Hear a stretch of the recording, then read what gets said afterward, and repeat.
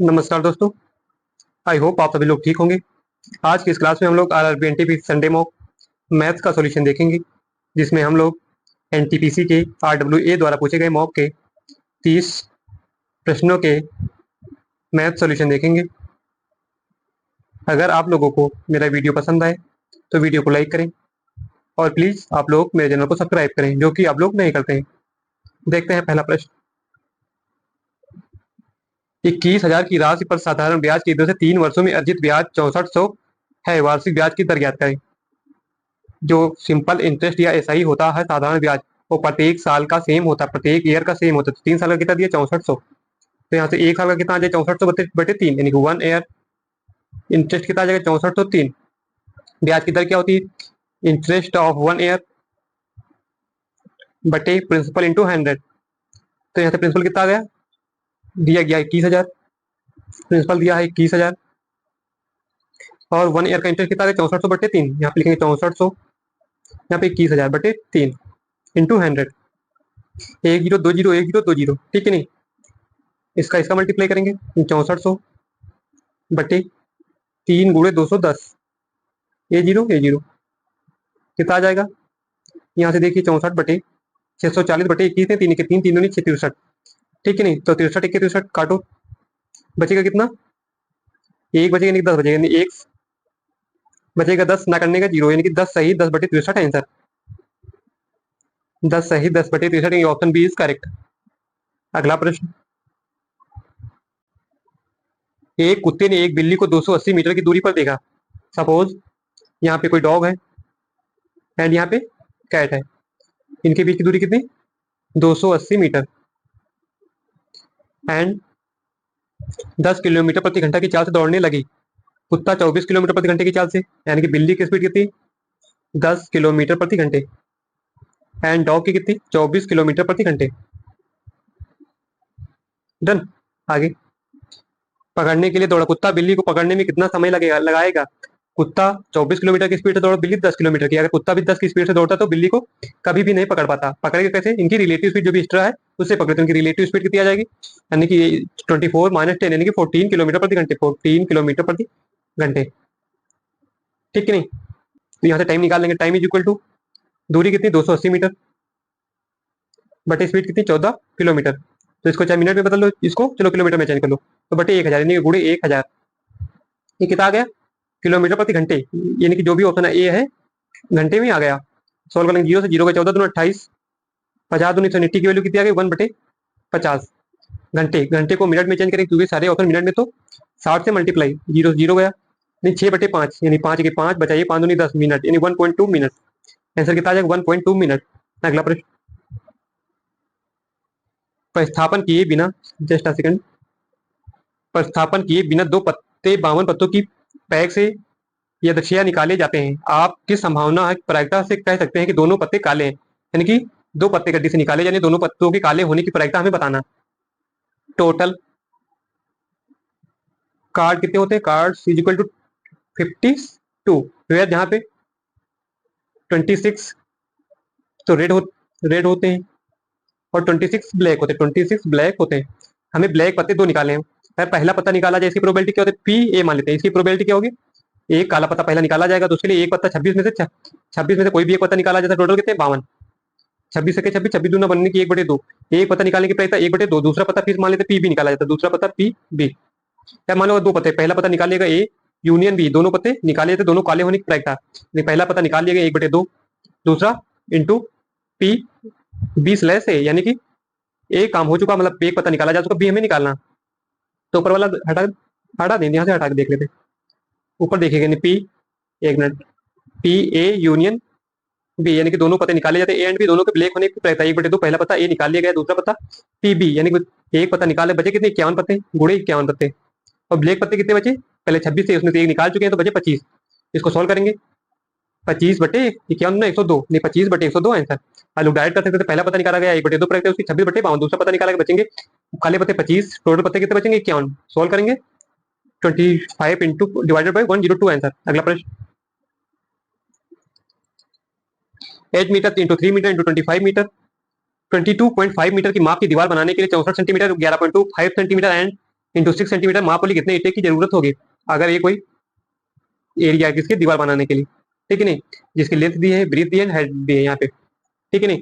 अब इसको हमें ईंटों के द्वारा इसको भरना है, तो यहाँ पे कितनी ईंटें लगेंगी ये हमें बताना, यानी टोटल का वॉल्यूम डिवाइडेड बाई एक ईंट का वॉल्यूम, तो पता चल जाएगा कि कितनी ईंटें लगेंगी। हमें ईंटें लगाना तो इसको मीटर में है तो इसको सेंटीमीटर में चेंज करेंगे क्योंकि ईंटें सेंटीमीटर में है। तो ऊपर वाले का वॉल्यूम क्या, तो एल बी एच यानी length into breadth into height, क्योंकि घनाभ के आकार का है। तो 8 मीटर को सेंटीमीटर में चेंज करें, 8 इंटू 100 800 सेंटीमीटर। इसको चेंज करेंगे 3 मीटर को 3 इंटू 100 300 मीटर। और इसको चेंज करेंगे 22.5 को यानी कि 250 यानी 2250 आ जाएगा, क्योंकि एक पॉइंट जीरो से पॉइंट लग जाएगा और जीरो, ठीक है नहीं, बटे 64 सेंटीमीटर गुड़े 11.25 सेंटीमीटर गुड़े 6 सेंटीमीटर, पॉइंट हटाएंगे, यहाँ पे 2 जीरो बढ़ा लेंगे, यहाँ पे लिखे दे रहे हैं पर 2 जीरो, डन। और इसको सॉल्व कर लेंगे, 25 से काटेंगे, 25 चौको 100, 25 25 125, 25 चौको 100, ठीक है नहीं। 4 से काटेंगे, 4 4 4 24 16 आ गया। 6 से काटेंगे, 6 पंचे 30 ऊपर आ जाएगा 50, 16 पंचे 80, यहाँ पे भी 50, बचा कितना 45, 5 2 7 दोनों 45 से इसको काटेंगे, 5 से काटेंगे 5 9 45, 5 चौक 20, 5 पचे 25, 450, 9 पचे पर यहाँ भी 50 आ जाएगा, 50 गुड़े 50 गुड़े 50 5 पचे 25 125 और 1 2 3 जीरो, ठीक है नहीं, यानी कि 1,25,000 ईंटें टोटल लगेंगी, 1,25,000 ईंटें टोटल लगेंगी। अगला प्रश्न,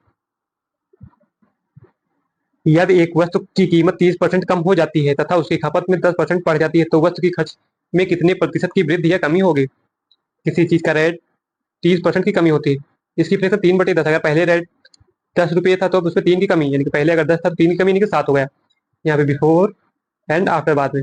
और उसकी कंजम्पशन कितनी दी है 10% की, बट कंजम्पशन उसका 10% बढ़ जाता है, 10% की फ्रैक्शन 1/10, अगर पहले 10 कोई चीज की खर्च थी तो उसमें 1 बढ़ जाएगा, 10 पहले 10 थी अब 11 हो जाएगी। अगर किसी चीज का मूल मान लेते 10 रुपये था तो उसे 10 यूनिट खरीदा तो 10 में 100 रुपये खर्च करता था, अब उसकी कीमत घट के 7 रुपये हो गई तो 11 यूनिट खरीदा तो 11 से 77, खर्च कितना हो जाएगा 11 से 77, तो यहाँ से कमी हो रही है। पहली बात ये ऑप्शन गलत, ये ऑप्शन गलत, किसकी कमी हो रही 23 की कमी हो रही, किस पे 100 पे, 100 पे किसी चीज की कमी मतलब उतना ही परसेंट, यानी 23% की कमी हो रही। अगला प्रश्न, 12 पुरुष किसी कार्य को 10 दिन में पूरा कर सकते हैं, कार्य को 6 दिनों में पूरा करने के लिए कितने और कितने पुरुषों की आवश्यकता होगी। 12 पुरुष है किसी काम को 10 दिन में कर सकते हैं, 6 दिन में काम कंप्लीट करने के लिए कितने अधिक पुरुष, 12 तो है ही, 12 तो है प्लस मान लेते एम आदमी और होने चाहिए, यानी 12 प्लस एम आदमी होने चाहिए पूरा काम 6 दिन में कंप्लीट करने के लिए। तो इसको सॉल्व कर लेंगे, 6 दूनी 12 10 दूनी 20, यानी कि 20 is equal to 12 plus M, तो यहाँ से एम की वैल्यू कितनी आ जाएगी, M is equal to 12 20 minus 12 is equal to 8, यानी 8 अतिरिक्त लेबर होने चाहिए ताकि काम 6 दिन में कंप्लीट हो जाए। अगला प्रश्न, दिए गए व्यंजक cot B and minus tan B into sine B minus cos B की वैल्यू हमें बताना। तो इसको कॉट को साइन और कॉस में चेंज करो, कॉट क्या होता है कॉस अपॉन साइन, यानी कॉस बी बटे साइन बी, साथ में इसका मल्टीप्लाई भी कर दो, क्या यहाँ पे लिखा sine B into cos B, cos B फिर माइनस साइन माइनस टेन को भी साइन कॉस में change, tan is equal to sine minus sorry sine बटे कॉस, यानी sine B into cos B, sine B बटे कॉस बी, इसको भी से मल्टीप्लाई कर दो, यहाँ हो जाएगा sine B and cos B, short में लिखे दे रहे हैं, कॉस बी से कॉस बी गया, यहाँ साइन बी से साइन बी गया, बचा कितना cos into cos, cos square भी यहाँ पे बचेगा, यहाँ पे sine into sine sine square भी बचेगा, स्क्वायर कोई भी ऑप्शन साइन में नहीं है, यानी कि तो इसको कॉस में चेंज कर लो। साइन स्क्वायर थीटा क्या होता 1 minus cos square, minus minus plus, यानी कॉस स्क्वायर बी माइनस इसको क्या 1 minus sorry 1 minus cos square B, इसको लिख सकते हैं, इसको सॉल्व करेंगे, कॉस स्क्वायर भी माइनस वन प्लस हो जाएगा, 2 कॉस स्क्वायर भी हो जाएगा, 2 कॉस स्क्वायर भी minus 1, option first is correct. अगला प्रश्न, दो संख्याओं का अनुपात 7:11 है, यदि उनका एल एच सी एफ 28 है तो दोनों संख्याओं के बीच का अंतर, अगर आपको दो संख्याएं दी जाए सपोज 15 एंड 30, पहली बात तो इनका एच सी एफ निकालिए, एच सी एफ क्या आएगा दोनों का एच सी एफ आएगा 15 ही आएगा, ठीक है नहीं। अब बोला जाए इनका रेशियो निकालिए, दोनों में रेशियो निकालने के लिए 15/30 करेंगे, 15 की 15 15 दूना 30, आपको बताना यह चाह रहे हैं कि जो अगर दो नंबर का रेशियो हमें दिया है वह एच सी एफ दिया है, एच सी एफ दिया है, यानी कि एच सी एफ वह नंबर वह बड़े से बड़ा नंबर होता है जो इनमें कॉमन होकर रेशियो बनाता है, जैसे इसका रेशियो बना है इससे एच सी एफ से मल्टीप्लाई करेंगे ऊपर और नीचे दोनों में, तो 15 आ जाएगा नीचे 30 यानी कि नंबर में प्राप्त हो जाएगा, यानी जो एच सी एफ होता है और गिवन नंबर का रेशियो, अगर एच सी एफ से गिवन नंबर के रेशियो मल्टीप्लाई करेंगे तो वो हमें दोनों नंबर प्राप्त हो जाएंगे। तो यहाँ से नंबर कितने हो जाएंगे 7 गुणे पहला नंबर 28 एंड दूसरा नंबर 11 गुणे 28, दोनों के बीच का अंतर निकालना, तो यहाँ 16 7 8 56, 7 14 14 5 19 डिफरेंस निकालना, 11 88, 11 22 कितना आएगा? 112 आई थिंक आएगा, क्योंकि 8 में से 6 जाएंगे, 8 बचेंगे, सॉरी 30, सॉरी सॉरी, यहाँ 8 में से 6 गए बचेंगे 2, यानी लास्ट अंक 2 किसमें है? सिर्फ एक ऑप्शन में, तीनों ऑप्शन गलत। माइनस करेंगे तो 112 ही आएगा, यानी कि दोनों का डिफरेंस कितना है? 1 1 2। अगला प्रश्न, एक धनराशि ए बी सी डी 5:2:4:3 के अनुपात में बांटा जाता है। ए को डी से 1000 अधिक मिले तो सी को कितने रुपए मिले? सी कहाँ पे? 4 पे, ठीक है ना, यानी कि जो भी होता है 4 का मल्टीपल, तो सारे मल्टीपल पीछे नहीं होगा, यानी कि यहाँ पे ए है, बी एंड सी है, इनका रेशियो 5:2:4:3। क्या रहेगा? ए को डी से 1000 रुपये अधिक मिले, यहाँ ए को 5 मिले, यहाँ से ए को डी को 3 मिले, कितना ज्यादा मिले? 2 यूनिट ज्यादा मिले। एक्चुअल में दिया कितना है? 1000 इक्वल टू 1000, तो यहाँ से एक यूनिट की वैल्यू कितनी आ जाएगी? इक्वल टू 2×5 10, यानी 500। निकालना क्या? सी को कितने रुपए मिले? सी को यहाँ से 4 रुपए मिले, यानी कि 4 यूनिट मिले, एक यूनिट की वैल्यू 500, तो 4 की 4 गुणे 500 इक्वल टू 2000, सॉरी 2000। अगला प्रश्न, एक व्यापारी के पास 120 किलोग्राम गेहूं थे, उसने इसका कुछ भाग 10% के लाभ पर और शेष को 25% के लाभ पर बेचा, कुल मिलाकर 15% का लाभ हुआ। व्यापारी ने कितने गेहूं को 10% के लाभ पर बेचा? ठीक है नहीं, देखते हैं टोटल गेहूं कितना है? 120 किलोग्राम, ठीक है नहीं, उसमें पहले पर 10% के प्रॉफिट पे बेचा, यानी कि 100 की चीज 110% पर बेचा, 110 में बेचा, कुछ भाग, दूसरा भाग 25% के लाभ, मतलब 100 की चीज को 125% पर बेचा। ओवरऑल निकाल लेंगे, उससे ओवरऑल 15% का प्रॉफिट होने की 100 की चीज पे 115, ओवरऑल 115 में बेचा। तो सीपी मानिए 100 है, गेहूं का पर किलोग्राम सीपी कितना? 100।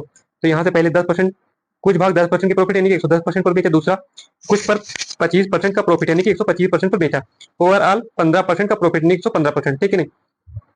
तो यहाँ से निकालेंगे वैल्यू, 125 में से 115 के 10, 110 में से 115 यानी 5, इनका डिफरेंस, सॉरी इनका रेशियो कितना आ जाएगा?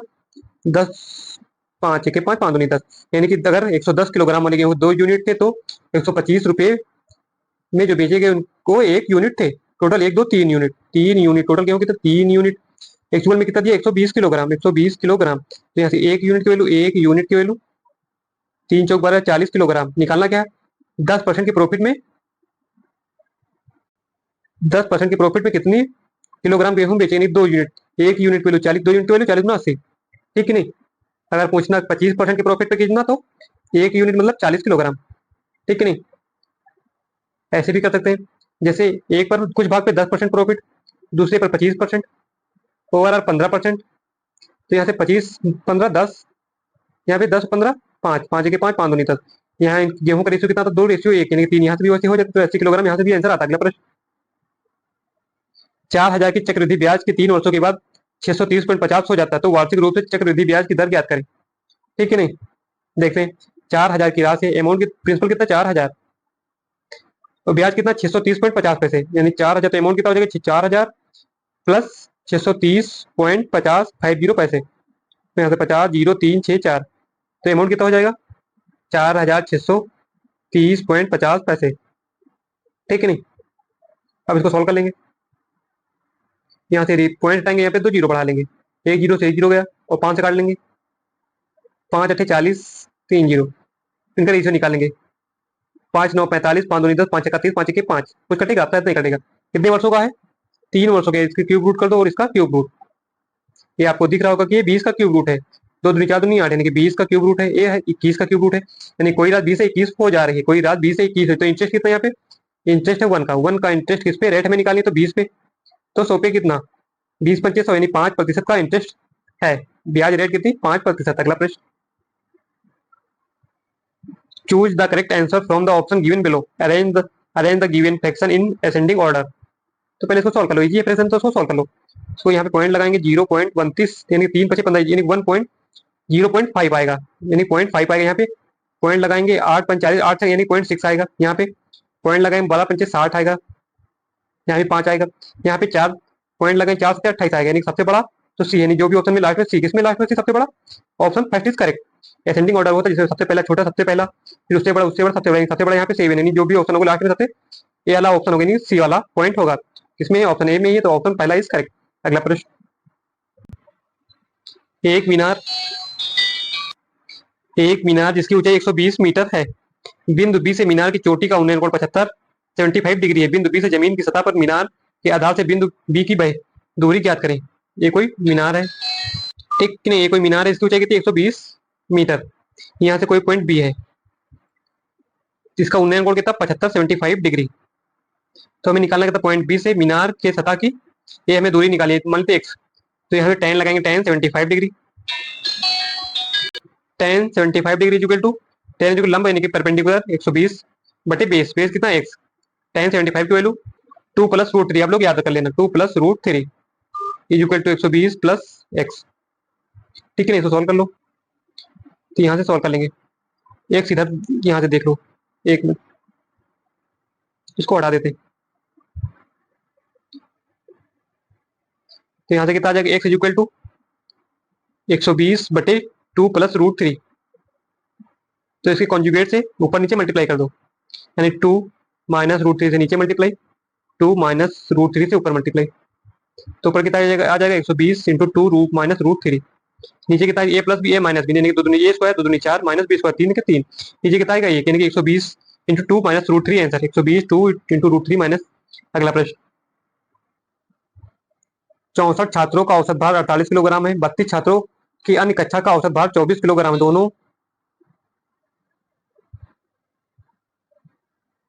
दोनों कक्षाओं का संयुक्त भार ज्ञात कीजिए। तो यहाँ से सम से जा सकते हैं। तो ऊपर वाले की टोटल टोटल यहाँ से निकाले, टोटल सम इनका कितना आ जाएगा 64 गुणे 48 आ जाएगा, प्लस इसका कितना आ जाएगा 32 छात्रों का 24 किलोग्राम, यानी प्लस 24 गुणे 32, टोटल इसका आ जाएगा, टोटल इसका बटे टोटल स्टूडेंट कितने 32 यहाँ से 64 यहाँ से, यानी 32 प्लस 64। हम इसको डायरेक्ट कर रहे हैं, हम लोग अलग अलग कर रहे हैं। पहले इसका इसका टोटल निकालना, टोटल किलोग्राम टोटल भार इसका हो जाएगा, इसका टोटल भार निकालना, फिर टोटल भार बटे टोटल स्टूडेंट, ठीक है नहीं। तो इसको हम लोग सॉल्व कर लेंगे। 32, हाँ 32 क्या कॉमन आ सकता दोनों में, जी हाँ 32 यहाँ से कॉमन लेंगे 32 से 32, 32 दूना 64, ऊपर कितना बचेगा, यहाँ से 32 कॉमन लें, 32 दूना 64, यहाँ पे 32 से 32, ठीक है नहीं, बचेगा नीचे 2 1 3, ऊपर कितना आएगा 48 दूना 8 दूनी 16, 4 दूनी 8 9 प्लस 24 बटे 2 1 3। सोल्व कर लो इसको, 6 4 10, 9 2 11 1 12, 120 बटे 3, 3 चौक 12 यानी 40 किलोग्राम। टोटल संयुक्त भार कितना आ जाएगा, भार का औसत 40 किलोग्राम। अगला प्रश्न, एक सम पिरामिड आधार, एक सम पिरामिड आधार, एक मिनट, एक सम पिरामिड आधार 80 सेंटीमीटर भुजा वाला एक वर्ग और पिरामिड का आयतन 16,000 सेंटीमीटर क्यूब है, उस पिरामिड की ऊंचाई ज्ञात कीजिए। तो इसके लिए वॉल्यूम का फॉर्मूला क्या था, volume V equal to 1/3 area of base into height, जो कि हाइट हमें निकालनी। तो यहाँ सारी वैल्यू पुट करने वॉल्यूम कितना 16,000, यहाँ 16,000 इंटू 1/3 बेस का एरिया ऑफ बेस यानी कि 18 इंटू 18 वर्ग के आकार का, ठीक है 18 इंटू 18 भुजा स्क्वायर इंटू हाइट कितनी हमें निकालनी 0 0 0 0 8 दूनी 16 यानी 20 आ जाएगा, 20 से 60, 8 इधर डिवाइड में, ये हाइट की वैल्यू कितनी आ जाएगी 60/8 यानी 8 तथा 56 7.5 आंसर। अगला प्रश्न, 16 का स्क्वायर 256 की पावर 1/4 प्लस 21 2197 की पावर 1/3 का मान ज्ञात करें, ठीक है नहीं। तो हम लोग इसके यूनिट डिजिट से जाते हैं क्योंकि सभी में चेंज है। देखते हैं, पहले में 16 का स्क्वायर की लास्ट अंक कितना है 36, लास्ट अंक 6 आएगा, माइनस एक इसकी 1/4 पावर है, 4 चौक 16 चौको 64 यानी कि 4 की, माइनस यहाँ पे 4 प्लस लास्ट में किस नंबर का क्यूब किया जाएगा कि लास्ट में सेम आए, वो इकलौता ऐसा ही नंबर जो 3 है, 3 का क्यूब किया जाएगा, किसी अंक के लास्ट में 3 है और उसका क्यूब किया जाएगा तो लास्ट अंक 7 आएगा। तो यहाँ से ये अंक 3 होगा, आगे कुछ भी हो तो लास्ट अंक क्या आ जाएगा 6 - 4 2 प्लस 3 यानी कि 7, यूनिट डिजिट कितना आना चाहिए 7 आना चाहिए, सॉरी 3 हो तो 5 आना चाहिए, सॉरी सॉरी 3 तो 5, किस ऑप्शन में है ऑप्शन डी, यानी कि option D is correct, option D is correct. अगला प्रश्न,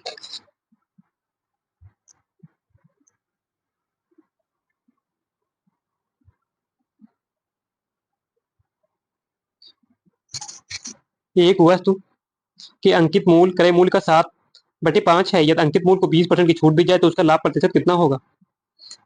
अगर अंकित मूल्य का 7/5 है, अगर वस्तु का सीपी 5 है तो उसका अंकित मूल्य कितना 7, अगर वस्तु का सीपी 5 है तो उसका एमपी कितना 7 है दिया है। अगर 5 मान लेते हैं अंकित मूल्य, सॉरी अगर 5 अगर किसी वस्तु का सीपी है तो उसका 7/5 उसका एमपी यानी कि अंकित मूल हो इसका 7/5, 5 से 5 यानी कि 7, ठीक है नहीं। एमपी अगर 7 है तो सीपी उसका 5 आ जाएगा। यदि अंकित मूल में 20% की वृद्धि की जाए, अगर यहाँ पे 500 मान लो, यहाँ पे 700 मान लो, यानी कि अंकित मूल मतलब 700 में 20% की वृद्धि की जाए प्लस 20%, कितना आ जाएगा? 700 का 20% यानी कि 140, यहाँ पे इसकी वैल्यू 840 हो जाए, निकालेंगे तो इतना ही आएगा। तो लाभ प्रतिशत बताएं, 500 की चीज, सॉरी सॉरी छूट दी जाती है, छूट दी जाए जब -20%, 1 मिनट, 140 की छूट दी जाएगी 700 में, 140 कितना आ जाएगा? 560 आ जाएगा। तो कितना प्रॉफिट हो रहा है यहाँ? 500 की चीज 560 में बेची जा रही है, तो 60 का प्रॉफिट, 60 का प्रॉफिट किस पे? 500 पे। तो 100 पे कितना? 12×5 = 60 यानी 12% का प्रॉफिट होगा। अगला प्रश्न, दिस वन होमवर्क। अगला प्रश्न, ए किसी कार्य को अकेले 96 दिन में पूरा कर लेता है, बी ए से 3 गुना कुशल है। ए ने 24 दिनों तक अकेले कार्य किया और जिसके बाद बी उससे जुड़ गया, ए एक साथ मिलकर शेष कार्य को कितने दिन में पूरा करेगा? ए अकेले किसी काम को 96 दिन में कर सकता है, बी जो है ए से 3 गुना कुशल है, ठीक है ना। इनकी इफिशियंसी कितनी है? अगर ए एक दिन में एक काम करता है तो बी एक दिन में 3 काम करेगा, क्योंकि इससे 3 गुना कुशल है। तो इनका टाइम कितना आ जाएगा? इसका उल्टा, यानी कि अगर बी किसी काम को करने में 1 दिन लेगा तो ए उसी काम को करने में 3 दिन लेगा, ठीक है नहीं। तो एक्चुअल में ए द्वारा लिए गए समय कितना है टोटल वर्क काम करने में? 96 दिन। 3 यूनिट की वैल्यू 96 दिन, 3 3 दूनी 6 यानी कि 32। तो ए एक दिन में काम करेगा, यानी कि 1 यूनिट की वैल्यू 32 आ गई, यानी कि बी उसी काम को 32 दिन में करेगा, बी उसी काम को 32 दिन में करेगा, ठीक है नहीं। आगे निकालेंगे, यहाँ से टोटल वर्क निकालेंगे। टोटल वर्क इनका एलसीएम 32 और 96 का एलसीएम 96, टोटल वर्क कितना है? 96। आगे बढ़िए, ए 24 दिनों तक अकेले कार्य किया, ए एक दिन में कितना काम करता है? एक काम करता है, 24 दिन तक काम करेगा तो यानी कि 24 यूनिट काम कर लेगा। और उसके जिसके बाद बी उसके साथ जुड़ गया, यानी 96 काम था उसमें 24 काम कर लिया, रिमेनिंग वर्क कितना बचा? 2 और 7, 72 रिमेनिंग वर्क बचा। इसके साथ 20 साथ जुड़ गए, वे एक साथ मिलकर शेष काम को कितने दिन में करेंगे? जब दोनों मिलेंगे, ए बी एक दिन में 3 काम करता है, एक दिन में 1 काम करता, दोनों मिलेंगे तो एक दिन में 4 काम करें। करना कितना? 72 काम है, एक दिन में दोनों मिलते 4 दिन, एक दिन में 4 काम करते, 4 एक 4 4 8 32, बचा हुआ काम 18 दिन में पूरा काम कंप्लीट कर लेंगे, बचा हुआ रिमेनिंग वर्क 18 दिन में कंप्लीट कर लेंगे। अगला प्रश्न, एक पंखे को 1560 में बेचने पर 30% का लाभ होता है, उस पंखे को 960 में बेचने पर कितने प्रतिशत की हानि होगी? अगर 1560 में बेचा जाता है तो उसे 30% का लाभ, मानी कि इसको 130% पर बेचता होगा, तो इसका सीपी निकालेंगे। सीपी अपने आप में 100% होता है। सोल्व करेंगे, 0 से 0 गया, 13 के 13, 13 26, सेकंड की 120 और एक 0 यानी कि 1200। उस पंखे का सीपी कितना आ गया? 1200। अगर इस पंखे को 960 में बेचा जाए, 1200 की चीज 960 में सेल की जाए, तो यहाँ पे लॉस होगा। कितना लॉस होगा? 40, 240 का लॉस होगा। कितना? 240 का लॉस किस पे? सीपी पर। सीपी कितना? 1200। तो 100 पे कितना परसेंट निकाला? तो 100 पे कितना? 0 0 0 0 बाद में 24 यानी 20% का लॉस होगा। अगला प्रश्न, वर्ष Y2 और Y8 को मिलाकर टीम द्वारा खेले गए सभी मैचों की संख्या पाई जाट। टीम 8 वर्षों के खेले गए सभी मैचों के संदर्भ में द्वारा क्रमित रूप से इन 8 वर्षों के खेले गए मैचों की संख्या केंद्रीय कोण डिग्री में है, अंशों के रूप में निरूपित कीजिए।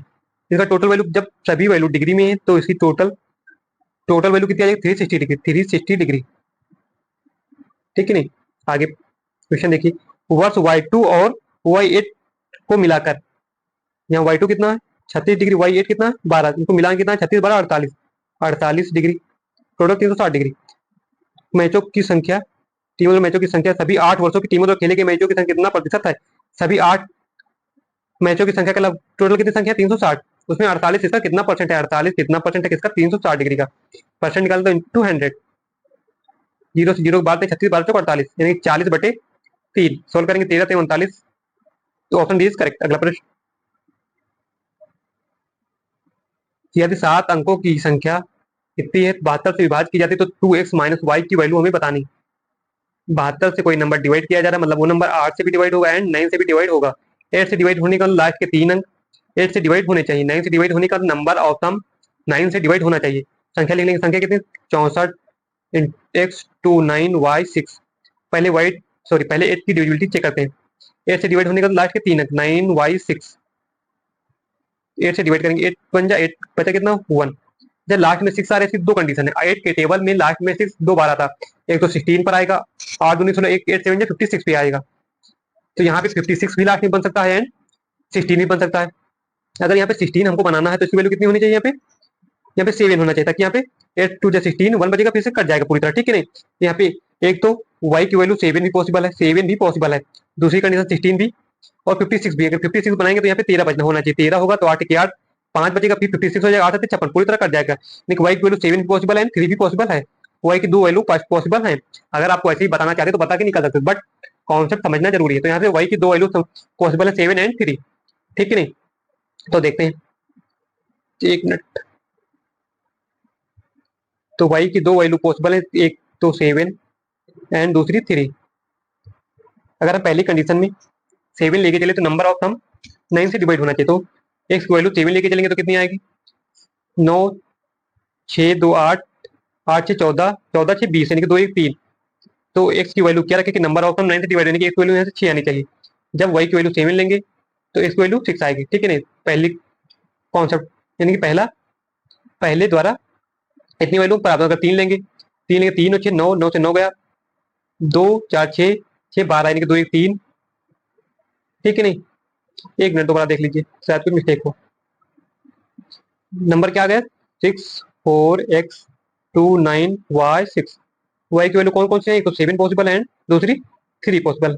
9 की डिविजिबिलिटी चेक करते हैं, नंबर ऑफ 9 से डिवाइड होना चाहिए। तो यहाँ पहले पहली कंडीशन में 7 लेंगे, 7 7 2 9 गया, 9 गया, 6 4 10 6 16, यानी कि 6 7, नंबर ऑफ सम 7 आए। तो एक्स वैल्यू क्या रखेगी, नंबर ऑफ सम 9 से डिवाइड होने की एक्स वैल्यू यहाँ से 2 आनी चाहिए। जब वाई की वैल्यू हम यहाँ से 7 ले रहे हैं तो एक्स वैल्यू कितनी आ रही है, 2 आ रही है, पहली कंडीशन। दूसरी कंडीशन देखिए, अगर 3 लेंगे तो 3 और 6 9, 9 से 9 गया, 6 4 10 2 12, यानी कि 2 1 3। तो इसकी वैल्यू क्या रखे, 6 रखे, ताकि नंबर ऑफ सम 9 से डिवाइड होने, 6 रखेंगे 6 3 9 हो जाएगी। तो एक्स वाई की वैल्यू जब 3 ली जा रही है तो एक्स की वैल्यू कितनी आ रही है, 6 आ रही है। तो इसको सॉल्व कर लेंगे, दोनों वैल्यू जो सेटिस्फाई वैल्यू करेगी वो वैल्यू मान लेंगे। वैसे ही आंसर पहले देखेंगे, वही 7 ले और एक 2, एक्स दो लेंगे, 2 दूनी 4 -7, तो यहाँ पे माइनस में वैल्यू आ जाएगी, कितनी आएगी, -3, जो कि ऑप्शन में गिवन नहीं है। अगर यहाँ से दूसरा देखें, वाई की वैल्यू 3 ले, एक्स की वैल्यू 6 6 दूनी 12 -3 9 आ रही है, तो यहाँ से 9 आ रही है, वहां से -3, ये option C is correct, 9 answer. अगला प्रश्न,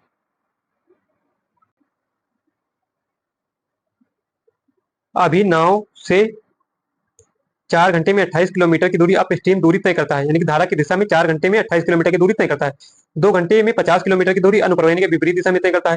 नाव के शांत जल में चल 44.8 किलोमीटर की दूरी तय करने में उसे कुल कितने घंटे लगेंगे। तो धारा की स्पीड मान लेते हैं वाई है यार, नए नाव की एक्स है। ठीक है नहीं, जब धारा की विपरीत दिशा में तो 40 का, तो दूरी कितनी है, 28 किलोमीटर बटे समय 4, तो कितना 4 आते हैं 28। दूसरी कंडीशन था धारा की दिशा नहीं, एक्स प्लस वाई, तो दूरी कितनी 50 किलोमीटर, स्पीड कितनी घंटे कितना 2, नहीं 25 घंटे लगेंगे, सॉरी 25 स्पीड आ जाएगी, दूरी बटे टाइम स्पीड आ जाएगा। ठीक है नहीं, तो यहाँ सॉल्व कर लेंगे, जाएगा 2x, कह रहे तो नाव में शांत जल यानी कि नाव की स्पीड का 2x इक्वल टू 25 7 32, 16 दूनी 32, एक्स क्या था नाव की चाल, कितनी आगे 16, चलना कितना 44.8 किलोमीटर की दूरी, तो यहाँ से टाइम निकाल, टाइम इज इक्वल टू दूरी कितनी 44.8, स्पीड कितनी आई 16 किलोमीटर प्रति घंटे, पॉइंट आएंगे जीरो बढ़ाएंगे। ठीक है नहीं, 16 से कटेंगे 16 दूना 32 बचे 12, 16 ठीक 128, 2.8 घंटे। अगला प्रश्न, क्या लिखा, वर्ष 1995 96 97 में फ्लेयर मिंट, फ्लेयर मिंट बोले तो एम का उत्पादन वर्ष और 1998 99 2000 के फ्लेयर एप्पल का औसत उत्पादन में कितना अंतर है। ठीक है नहीं, ये आप लोग सोल्व करें, 1995 96 97 तीनों की वैल्यू निकालेंगे, किसके एम वाले पार्ट की, एम वाले पार्ट की नहीं ब्लू, ब्लू पार्ट की वैल्यू निकालेंगे, इनका एवरेज निकालेंगे, बटे 3 कर देंगे। ठीक है नहीं, और इसकी वैल्यू निकालेंगे 1998 99 और 2000 बटे 3, इसका एवरेज निकालेंगे, दोनों का डिफरेंस निकालेंगे आंसर। अगला प्रश्न,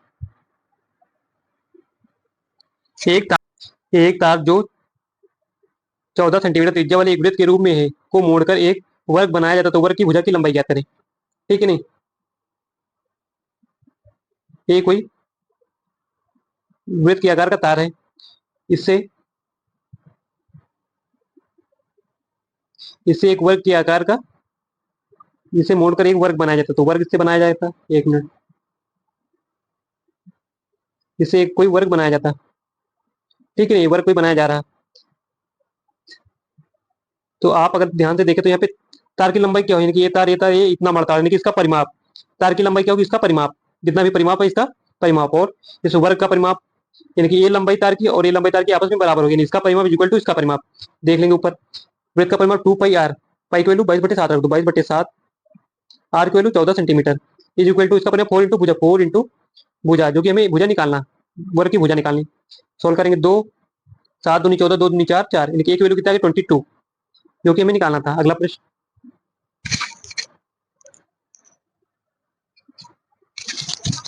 दिए गए बंटन का बहुलक, एक मिनट, दिए गए बंटन का बहुलक ज्ञात करें। वर्ग अंतराल, वर्ग अंतराल, तो यहीं से देख लेते हैं, लिखने की कोई जरूरत नहीं, ठीक है नहीं। यहाँ से वर्ग अंतराल ऊपर वैल्यू दी है, नीचे दी बारंबार यानी कि फ्रीक्वेंसी एफ। तो इसके लिए फॉर्मूला क्या था, मोड यानी कि बहुलक, mode is equal to L plus F1 into F minus F naught बटे 2F1 minus F naught minus F2 into H. अब ये सारी वैल्यू हम आपको बताते हैं कौन कौन सी होती है। बहुलक नंबर मतलब जो नंबर ज्यादा बार आया हो, यानी कि इसमें बहुलक कौन सा 11, ये वैल्यू बहुलक वाली वैल्यू, क्योंकि 12 मतलब फ्रीक्वेंसी मतलब ज्यादा बार जो रिपीट हुआ 11, ठीक है नहीं। तो यानी कि F1 जो 11 है ये हो जाएगी F1, उसके पहले वाली वैल्यू F0 या एफ नॉट F0, और इसके बाद वाली वैल्यू F2, ठीक है नहीं। और एल की वैल्यू क्या होगी, एल की वैल्यू मैंने जो भी वर्ग अंतराल दिया उसकी पहले वाली वैल्यू, इसमें यानी 25, 25 से 3 है तो एल की वैल्यू 25 हो जाएगी, ठीक है नहीं।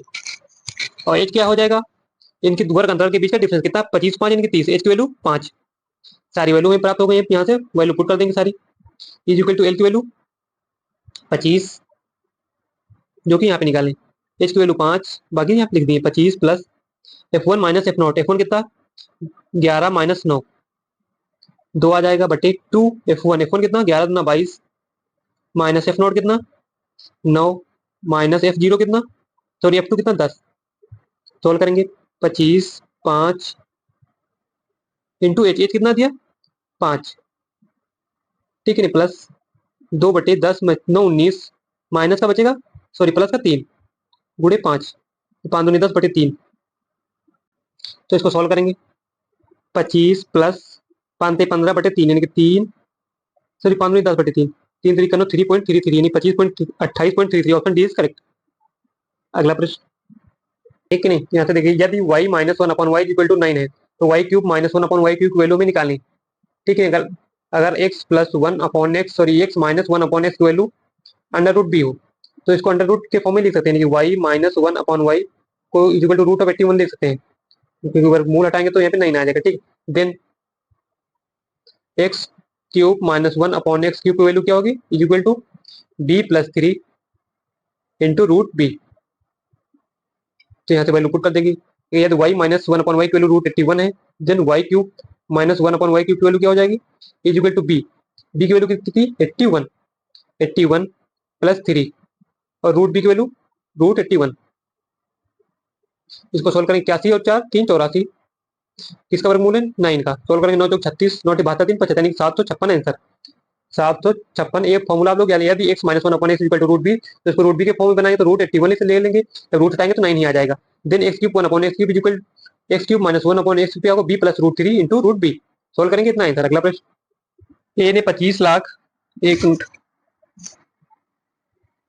ए ने 25 लाख रुपए का निवेश करके टैक्सी सर्विस प्रारंभ करता है, 3 महीने के बाद बी ने 40 लाख रुपए का निवेश करता है, यानी कि यहाँ पे ए दिया है टैक्सी सर्विस के लिए, ए ने 25 लाख का इन्वेस्टमेंट किया, इन्वेस्टमेंट का रेशियो यहाँ से निकालें, बी ने 40 लाख का निवेश किया, जुड़ गया, बी के बिजनेस से जुड़ने के 4 महीने के बाद 50 लाख सी ने निवेश किया, सी ने 50 लाख का निवेश किया, इनका रेशियो निकालेंगे इन्वेस्टमेंट का, लाख से सभी मिला के 5 × 5 = 25, 5 × 40, 5 × 50, इनके इन्वेस्टमेंट का रेशियो कितना आ गया 5:8:10, यहाँ टाइम का रेशियो निकालेंगे 1 वर्ष के बाद, यानी टाइम कितना 1 साल, ए ने 12 महीने के लिए निवेश किया, ए के 3 महीने के बाद बी शामिल हो गई, यानी कि ए के 3 महीने के 9 महीने के लिए बी शामिल रहा, बी से 4 महीने के बाद, यानी कि बी से 4 महीने के 5 महीने के लिए सी भी शामिल रहा, तो यहाँ से प्रॉफिट का रेशियो निकालने कितना आएगा 12 × 5 = 60, 8 9 72, 5 धाम 50, इन्वेस्टमेंट का रेशियो कितना आ गया 60:72:50, तो यहाँ से सभी से 2 कॉमन आ जाएगा 30 आ जाएगा, यहाँ से 36 दूना 72, यहाँ से 25 दूना 50, यहाँ से टोटल प्रॉफिट कितना आ जाएगा, यहाँ से निकालेंगे टोटल प्रॉफिट 30 30 60 36 66 5 71 20 91, यानी कि 91 यूनिट यहाँ से प्रॉफिट हो रहा है।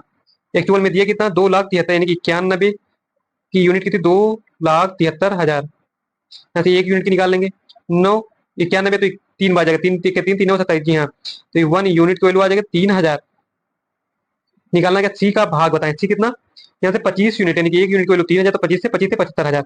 Option C is correct. अगला प्रश्न, एक व्यक्ति ने एक निश्चित दूरी का 50% भाग 2 किलोमीटर प्रति घंटा की गति से तय की, और 25% भाग 4 किलोमीटर प्रति घंटा की गति से, और शेष भाग 8 किलोमीटर प्रति घंटे की गति से तय की। पूरी यात्रा में औसत गति बताएं। एवरेज स्पीड, एवरेज स्पीड क्या होता है, टोटल दूरी बटे टोटल टाइम। टाइम क्या होता है, दूरी बटे स्पीड, ठीक है नहीं।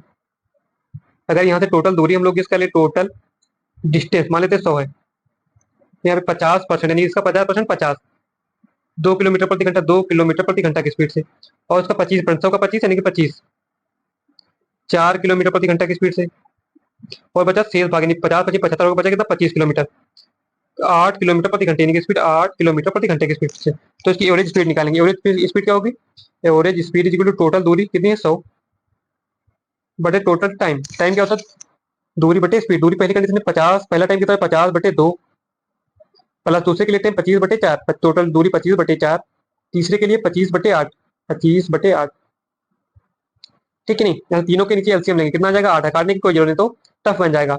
नीचे एलसीएम आएगा 8, तो इसको 2 से मल्टीप्लाई, इसको 2 से इसको, 2 चौको 4 से इसको, 4 से इसको, 1 से इसको, 1 से, ठीक है नहीं। तो ऊपर आ जाएगा 100, नीचे कितना आएगा, 50/8, यानी कि 50 प्लस, सॉरी 520, यानी कि 200 आ जाएगा ऊपर, 200, एक मिनट यहाँ से देख लो,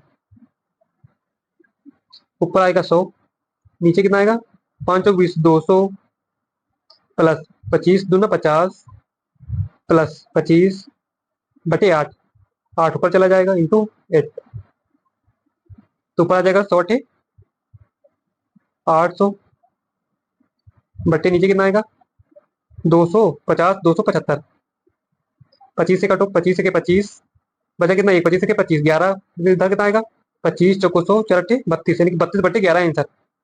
ऑप्शन सी इज करेक्ट। अगला प्रश्न, पी क्यू आर एक चक्रीय चतुर्भुज है, और क्यू आर वृत्त का व्यास है, यदि S Q R equal to 24 degree, तो एंगल क्यू पी एस की माप याद करें। लेट एक कोई सर्कल है, ठीक है नहीं, जिसमें इसका व्यास कितना, क्यू आर, एक मिनट, इसका व्यास कितना, क्यू आर, ये मान लेते कोई व्यास है ना, क्यू एंड आर, ठीक है नहीं, एस क्यू आर, कोई पॉइंट एस होगा, यहाँ से मान लेते कोई पॉइंट यहाँ पे एस है, S Q R is equal to 24 degree, 24 degree, और तो क्यू पी एस, यानी कि क्यू पी एस की माप हमें बतानी चक्रीय चतुर्भुज, तो ये ऐसे, और ये ऐसे, ठीक है नहीं, क्यू ये point P, Q P S की वैल्यू हमें ये बतानी, ठीक है नहीं, डन, ठीक है नहीं। एंगल, एक मिनट, एंगल कितना हो जाएगा, 90 डिग्री का, आपको पता होना चाहिए, अर्धवृत्त में बना कोण समकोण होता है, तीनों कोणों का सम 180 डिग्री, तो ये 24 है, 90, तो ये कितना हो जाएगा, 24 plus 90 plus angle R is equal to 180, 9×2 = 11, यानी कि 114, R is equal to 180 minus 114 degree is equal to 66 degree है। ये एंगल कितना आएगा, 66 डिग्री, डन, ठीक है नहीं। ये चक्रीय चतुर्भुज है, तो इसमें आमने सामने के कोणों का सम 180 डिग्री होता है, यानी कि ए एंगल और एंगल दोनों का सम कितना है, 180 डिग्री। जो ये एंगल पी हमें निकालना है, यानी कि angle P plus angle R is equal to 180 degree. Angle P हमें निकालना है, यानी कि क्यू पी एस, इसकी वैल्यू कितनी, क्यू पी एस, और एंगल आर की value 66 degree is equal to 180, तो एंगल यहाँ से angle Q P S is equal to 180 minus 66, 114 degree आ जाएगा, 114 डिग्री, ठीक है। यहाँ से विपरीत भुजाओं के आमने के कोण के युग्मों का योग 180 डिग्री होता है, आमने सामने भुजाओं का योग 180 डिग्री होता है, एक की वैल्यू 66, पूरे के 180 माइनस 66, 114 डिग्री। आज के लिए बस इतना ही, बाय बाय, टेक केयर, ख्याल रखें अपना, अच्छे से पढ़ते रहें, best of luck, best of luck, thank you.